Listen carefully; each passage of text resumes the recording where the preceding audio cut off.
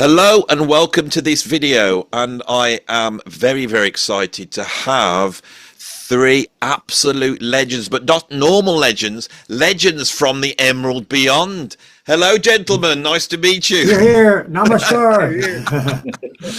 So for those of you who don't know, and if you watch my channel, why don't you know, what we have is Philip Hershey, Predrick Russell Tubbs and Bob Knapp. Am I allowed to call you Bob Knapp because, or is it Robert? Bob, lovely. And of course, these three illustrious musicians have done all sorts of things in their career. But for me, it was their performance on the greatest instrumental album ever made, and perhaps the greatest album ever made, Visions of the Emerald Beyond. We've just been chatting before we switched it on, and this is the first time they've been together face to face since, we reckon, 1979. Bob had an interesting experience being thrown some charts that weren't written for the trumpet. Bob, you came in later than these two, is that right? You weren't on Apocalypse, were you? Well, right? I was there for the tour, but they couldn't hire me to come over to because of recording restrictions and stuff. They couldn't bring brass players along with it. Oh, that's right. Yes, I do that. Yeah.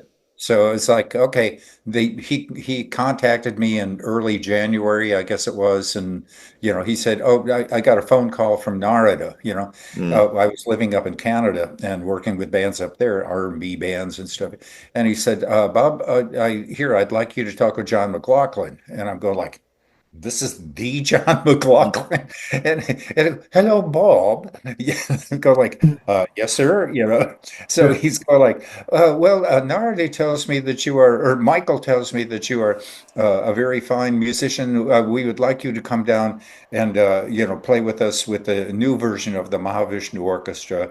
We're going to be going to London very soon here and recording an album, and then we're going to take that sort of a version and take it on the road with us, So it's like, okay, I can't afford to buy a ticket down there, but to fly there yet. And they, oh, no, we'll give you a ticket. And I said, what do you want me to do? And he says, well, basically, to play just the music of the symphony, the Royal Symphony Orchestra. And I was like, okay, I'll see what I can do. And he says, oh, by the way, do you play flute? And I said, well, I took a flute class when I was in college, so yeah, I do play it a little bit. And he says, oh, great. Could you bring a flute along? And I go, okay. So, so I don't know, a few days later or something, I got a ticket, and flew down to New York. They put me up in one of the big hotels down in Manhattan.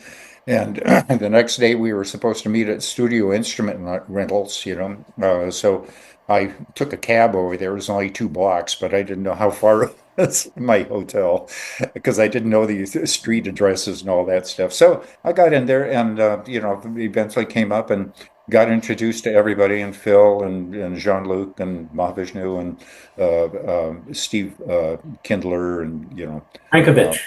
Steve Frankovich, of course, So they get ready to do a rehearsal, and all of a sudden, Steve Frankovich has the trumpet book, and he opens it up, and they give me the trombone book, And I said, this is trombone music, you realize? And he says, oh, do you play trombone?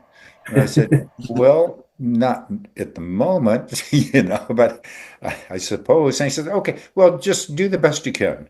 And so I had to mentally, transpose the music up a step and everything, except that some of the notes weren't even on my instrument, and I was trying to play flugelhorn to, match the sound of maybe a trombone or something like that.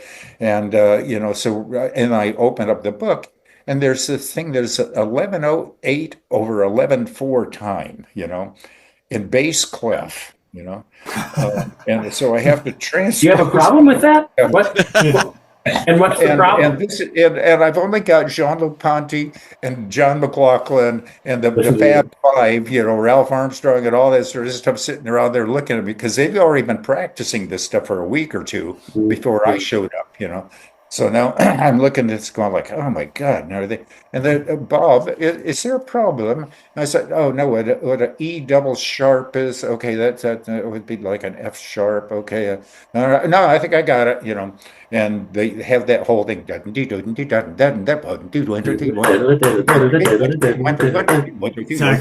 And underneath that is 1 and 2 and 3 and 4 and 1, 2, 3, 1. Yeah. And I'm going, what in the world is this? So I was a little freaked out, Hey, Bob, remind me, you went to high school with Narada. Is that true? Yeah. Well, no, I went to college with him. I was in college. Oh. He had just graduated from high school, and we started playing together in a band that was so remarkable. It was called Avatar.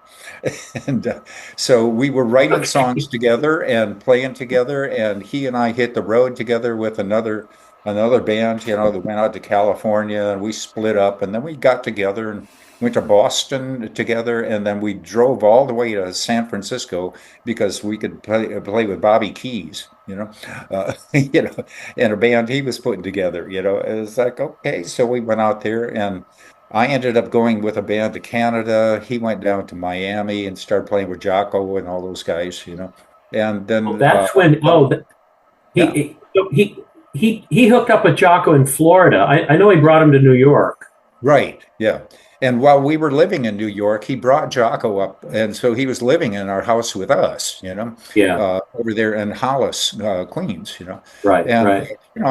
I'd go down the basement with him and jam with him, but I couldn't hardly hear myself because they were so loud, But it was just like, okay, well, I got Jocko Pastorius and Nara, and we're all jamming together, Okay. Pretty good.